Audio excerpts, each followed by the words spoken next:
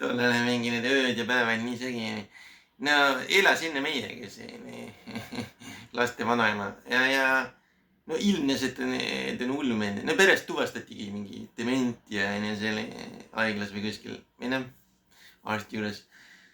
Ja nüüd elab eraldi onju, läks ikka nii riidu, et noh, teistel on see pere ja temal ei ole seda peret. Läks nii riidu ja nüüd kolis sinna üksi kuhugi mängiti onju, et sundolukord onju, et ei saa siukest pulli onju. Nad ei taha ka nüüd liiga vägivaldne on pidev riid onju. Ja nüüd koliski üksi, ostis onju maja Sadamalinna ja nüüd mitte maja, vaid selle korteri onju. Ja nüüd elab onju seal onju. Päris kallilt ostis ja sellest poleks onju midagi, aga nüüd